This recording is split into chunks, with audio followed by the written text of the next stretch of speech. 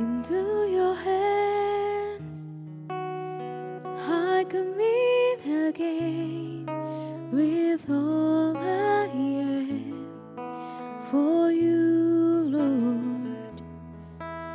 You hold my word in the palm of your hand, and I am yours forever.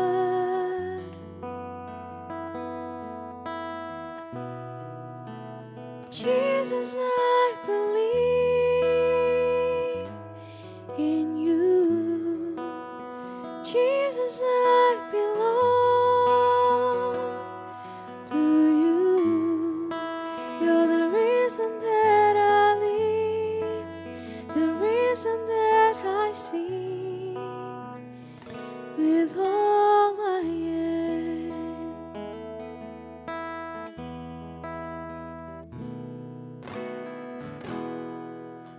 Into your hands I commit again, with all I am for you, Lord. You hold my word in the palm of your hand, and I am yours forever.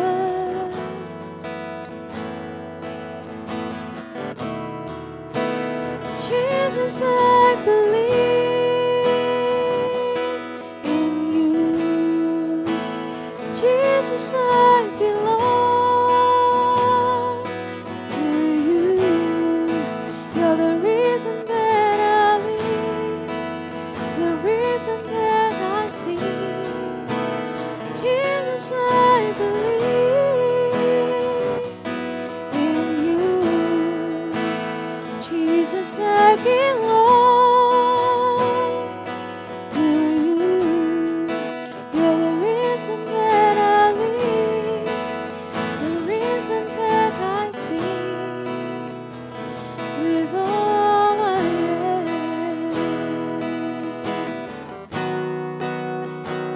with all of my heart. I believe in you,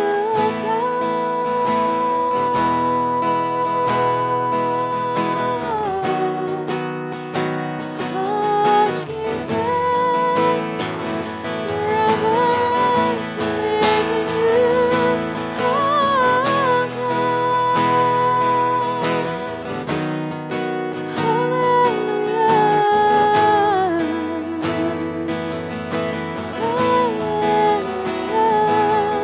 you're my strength, you're my shelter, oh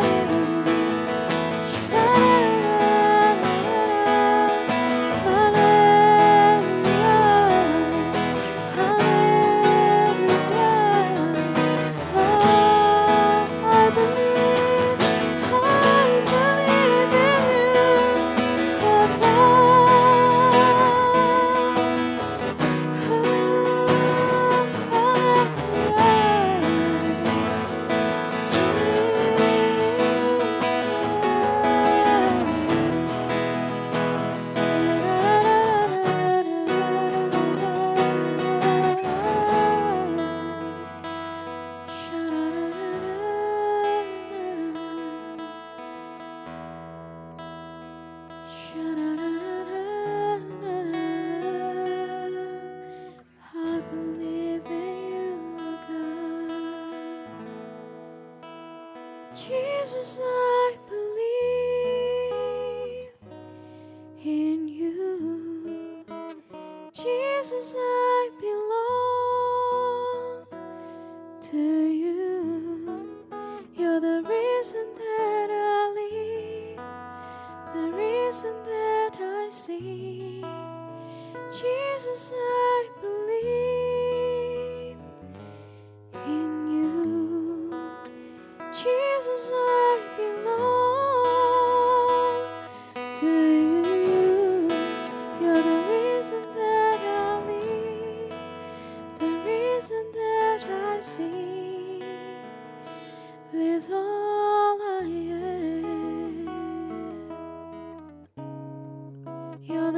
reason that I live, the reason that I sing, with all I am. You're the reason that I live, the reason that I sing, with all I am.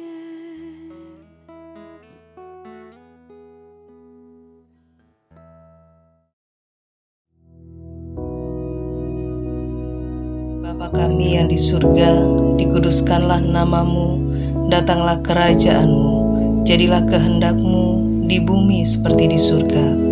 Berikanlah kami pada hari ini makanan kami yang secukupnya, dan ampunilah kami akan kesalahan kami, seperti kami juga mengampuni orang yang bersalah kepada kami.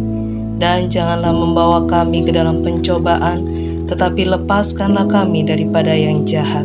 Karena Engkaulah yang empunya kerajaan dan kuasa dan kemuliaan sampai selama-lamanya. Amin.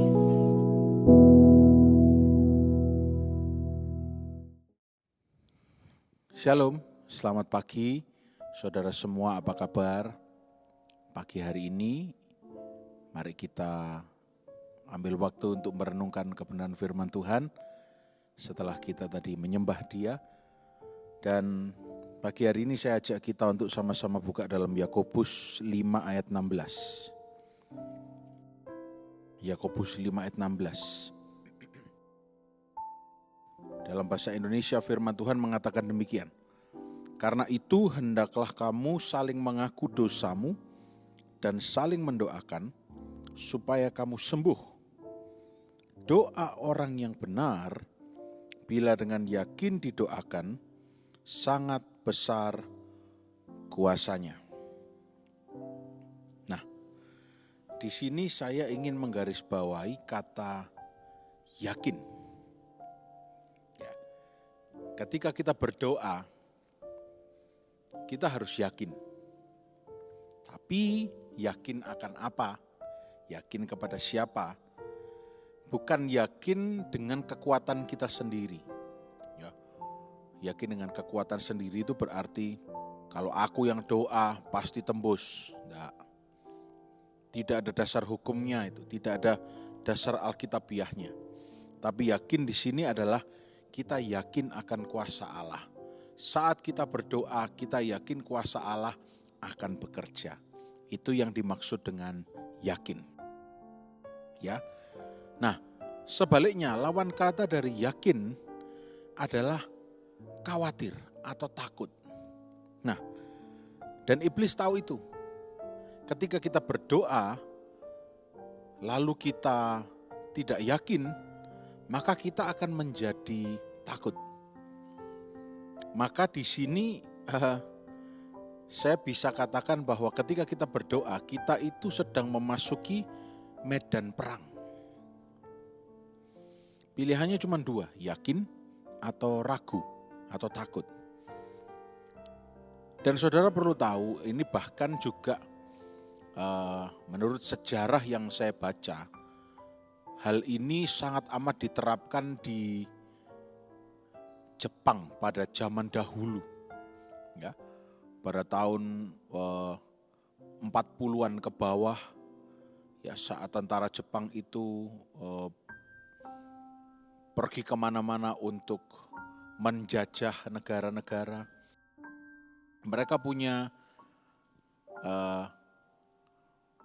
mentalitas bahwa kalau maju ya maju sampai mati. Pokoknya maju. Ya.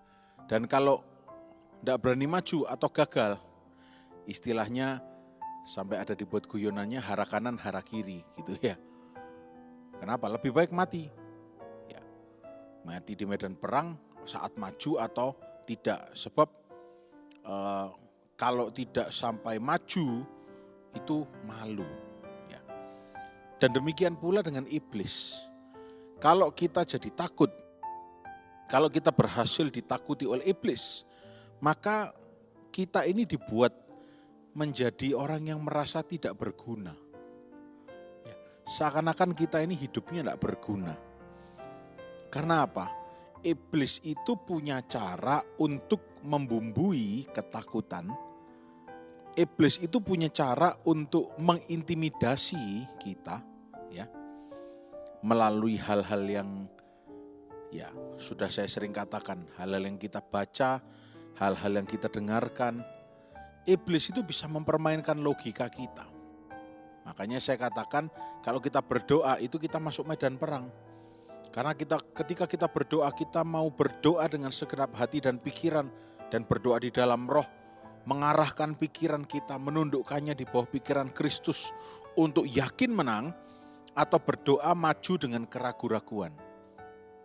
Saudara, berdoa dengan yakin menang itu bukan dengan keyakinan kita sendiri, tapi yakin akan kuasa Allah.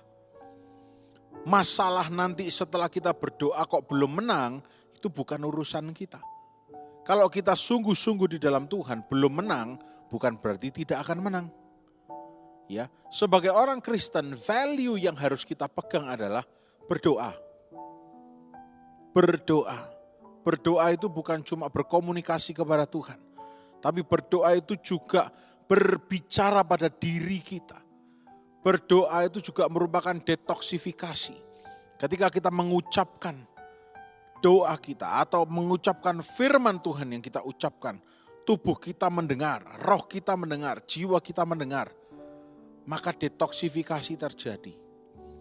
Nah, maka pagi hari ini, kalau saudara sebentar lagi mungkin akan berdoa untuk mengawali kegiatan saudara di hari ini, maju berdoa dengan yakin. Pak, tapi belum terjadi, mustahil terjadi. Hal-hal yang mustahil itu kerjaannya Tuhan untuk dia kerjakan. Dia hobinya mengerjakan yang mustahil menjadi tidak mustahil. Dia hobinya mengerjakan yang tidak mungkin jadi sangat mungkin. Ya. Oleh karena itu, pagi hari ini, kalau saudara sedang bergumul dan saudara akan berdoa, yakin aja, percaya.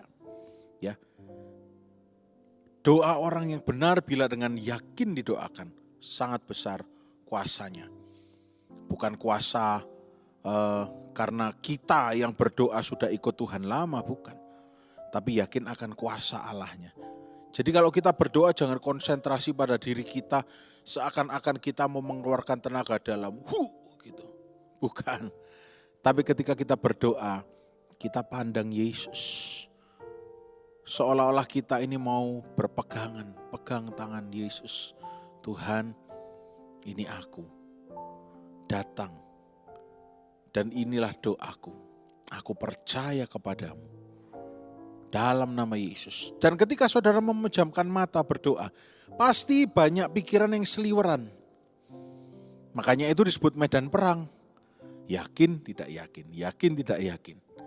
Sembuh enggak ya, sembuh enggak ya, enggak mungkin sembuh. Oh ya sembuh wis, enggak mungkin sembuh wis. Nah makanya kalau kita berdoa, kuncinya sudah diajarkan di ayat ini, yakin. Yakin. Bila dengan yakin didoakan sangat besar kuasanya.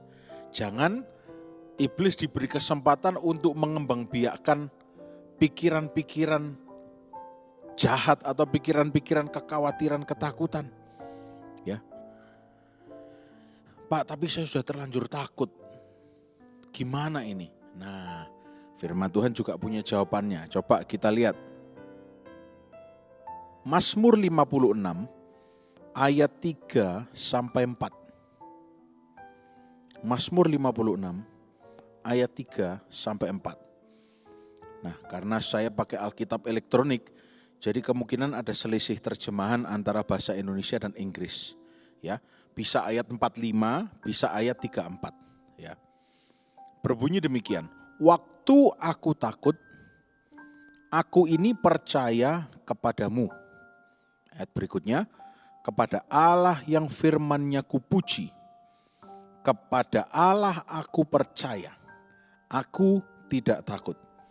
Apakah yang dapat dilakukan manusia terhadap aku? Nah, saya ingin bacakan, nanti saya akan selipkan terjemahan The Message dan Amplified Bible. Ayat 3 tadi kita baca. Terjemahan The Message-nya begini. Ketika aku benar-benar takut, aku datang kepadamu dengan percaya. Nah, justru ketika kita benar-benar takut, semakin percayalah pada Tuhan supaya ketakutan itu hilang. Ya. Di medan peperangan kalau kita semakin tidak yakin, tanya pada panglima perangnya, tanya pada komandannya. Ya, yang paling berkuasa, yang punya strategi terbaik. Kalau kita bingung, tanya pemimpin. Tanya komandannya, tanya Tuhan Yesus. Tuhan, aku takut. Aku takut, tapi aku percaya padamu. Kalau engkau memberi strategi ini, pasti berhasil. Seperti halnya ini saudara. Kalau saudara suka bola, ini Liga Inggris sudah mulai berjalan. Dan klub favorit saya, kalau saudara belum tahu, saya kasih tahu. Kalau saudara sudah tahu dan sama dengan saya, ya puji Tuhan. Manchester United di awal-awal musim, di 2 pertandingan pertama, kalah dibantai habis oleh tim yang notabene itu jauh lebih lemah sebetulnya. Dan di situ para penggemar mulai muncul ketakutan. Saya yakin juga pasti karena ada sosial media, para pemainnya juga jadi ikut-ikutan goyang. Tapi manajernya berkata, trust me, trust my plans, trust my philosophy. Ya, percaya filosofiku, percaya aku. Dan betul, justru di pertandingan ketiga, ketika justru melawan tim yang sangat amat kuat, tim yang musim lalu sangat amat merajai Liga Inggris dan Eropa bahkan dunia, justru malah menang. Ya, dengan strategi yang hampir sama, pemain yang beberapa diganti, tapi bisa menang. Karena apa? Ketika mereka semakin takut, mereka tetap percaya. Nah, kalau Manchester United bisa, kenapa saudara dan saya tidak bisa? Oh, Tuhan kita jauh lebih hebat dari manajemen atau pelatihnya klub manapun. Tuhan kita tidak punya track record kalah.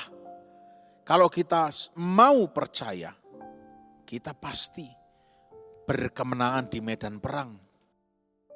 Tapi kalau kita tidak percaya, kita mau maju sendiri. Siapa kita? Kita levelnya masih sangat rendah, pengalaman kita rendah. Dan kita tidak tahu apa yang akan terjadi esok. Sedangkan Tuhan Yesus, Dia yang memegang hari esok. Nah, pilih mana? Percaya atau tidak percaya?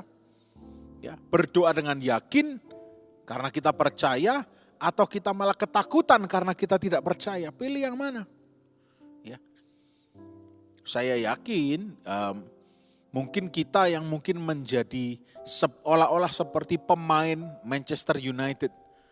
Mungkin mentalnya juga sempat down. Aduh, kalah lagi. Ini gimana ini? Padahal sudah baru pelatihnya, semuanya baru. Ya, tahun baru, janji Tuhan baru. Ya boleh janji Tuhan sebaru-barunya, sebanyak-banyaknya. Tapi kalau kita tidak ada keyakinan, percaya, ya tidak terjadi apa-apa. Ya, saya ambil contoh tim itu karena tim favorit saya, jadi saya mengikuti. Dikatakan tidak ada keharmonisan di ruang ganti, pemainnya jadi lebih lemah. Ya, pertandingan sebelumnya larinya itu jauh di bawah tim musuh. Sedangkan tim musuh itu larinya sekian belas kilometer secara total, ya. Jarak beda larinya, ya. Maksudnya lari ke sana kemarinya dihitung. Dan akhirnya menuju pertandingan yang ketiga, pelatih Manchester United menu utama latihannya adalah lari sebanyak-banyaknya. Dan terbukti di pertandingan ketiga jauh lebih aktif dan seterusnya dan seterusnya. Trust, ada percaya. Dan 2 kali pertandingan terakhir membawa kemenangan. Dari yang tadinya juru kunci peringkat 20 naik menjadi peringkat 6. Meskipun sekarang karena ada penyesuaian, tim-tim yang lain juga ada beberapa yang menang jadi peringkat 8 kalau tidak salah. Ya, ketika khotbah ini direkam. Nah, saya kasih contoh konkret supaya kita juga bisa menerapkannya. Supaya kita juga bisa relate, saudara. Bahwa percaya pada Tuhan itu kadang-kadang dibutuhkan untuk melepaskan semua keyakinan kedagingan kita.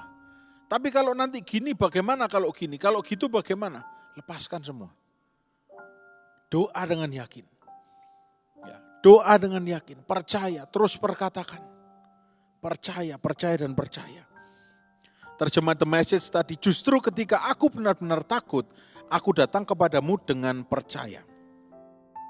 Terjemahan yang kedua, saya pakai Amplified Bible. Ya. Dikatakan demikian, ketika aku takut, aku akan memiliki kepercayaan dan menaruh kepercayaan dan ketergantunganku kepadamu. Amin. Biar ini kita lakukan, kita belajar untuk lakukan. Justru ketika kita takut, akan muncul yang namanya percaya. Akan muncul yang namanya ketergantungan kepada Tuhan. Karena kita tahu yang bisa menyelamatkan cuma Tuhan. Yang bisa menyelesaikan cuma Tuhan. Ya. Bukan berarti kalau enggak takut enggak percaya. Enggak. Justru semakin takut semakin percaya. Bukan semakin takut semakin digilas habis. Bukan semakin takut semakin dibuat merasa tidak berguna. Bukan. Tapi sebaliknya semakin takut justru semakin percaya. Semakin takut justru semakin percaya. Ya, karena kalau di dalam Tuhan kalau kita tidak percaya apalagi pilihannya. Ya, ketika disuruh milih berkat atau kutuk mana yang saudara pilih? Saya percaya saudara tahu apa yang harus saudara pilih. Ya. Nah, saudara, salah satu ayat yang beberapa bulan khususnya dalam 2022 ini menjadi salah satu ayat favorit saya dan ini akan menjadi ayat terakhir kita di pagi hari ini. 2 Korintus 10 ayat 3 sampai 5. 2 Korintus 10 ayat 3 sampai 5. Saya pernah bagikan ini di ibadah raya, ya, ayat ini. Dan di Touch of Heaven juga. Dikatakan demikian dari ayat 3. Memang kami masih hidup di dunia, tetapi kami tidak berjuang secara duniawi. Karena senjata kami dalam perjuangan bukanlah senjata duniawi, melainkan senjata yang diperlengkapi dengan kuasa Allah, yang sanggup untuk meruntuhkan benteng-benteng. Ayat 5. Kami mematahkan setiap siasat orang dan merubuhkan setiap kubu yang dibangun oleh keangkuhan manusia untuk menentang pengenalan akan Allah. Kalimat terakhir ini, kami menawan segala pikiran dan menaklukkannya kepada Kristus. Menawan segala pikiran dan menaklukkannya kepada Kristus. Itu artinya tidak mengizinkan pikiran yang tidak-tidak, pikiran yang enggak-enggak. Pikiran yang sudah jelas itu dari iblis. Pikiran yang menakutkan, kekhawatiran. Itu semuanya tidak diizinkan untuk menguasai diri kita. Oh, kita punya kuasa. Oh, kita bisa say no. Wah, kita bisa say no kepada Tuhan Yesus kok. Kita bisa menolak jamahan Tuhan kok. Ya, kalau mau ya. Masa kita enggak bisa menolak begini? Ya. Kita bisa bilang, oh enggak, no. Pikiran yang tidak, aku tolak dalam nama Yesus. Jadi tidak mengizinkan pikiran yang enggak itu untuk menyerang dan menguasai pikiran kita. Tapi justru hanya pandang Kristus saja. Pandang Yesus saja.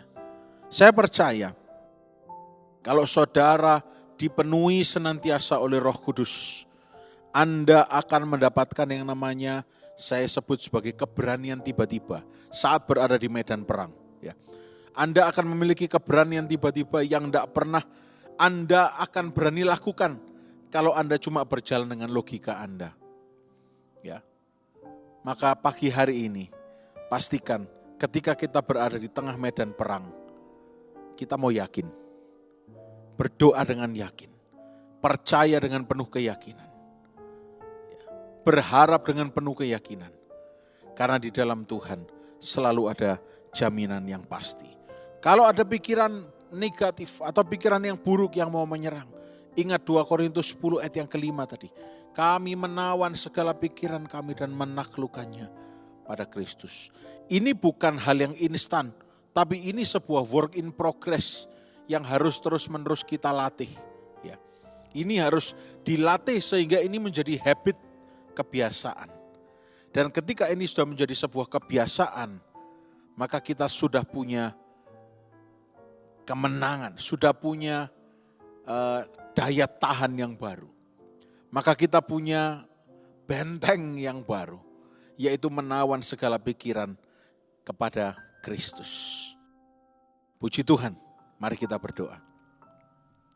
Tuhan Yesus yang baik, kami bersyukur untuk pagi hari ini. Untuk kebenaran firman, kami berdoa di dalam nama Yesus sepanjang hari ini kami semua sehat. Kami diberkati, kami dibungkus dengan darah Yesus. Kami tetap mau berharap, percaya dengan yakin. Karena Engkau Tuhan Yesus Kristus, Engkau yang sudah berkorban bagi kami. Engkau sudah menyelesaikannya bagi kami.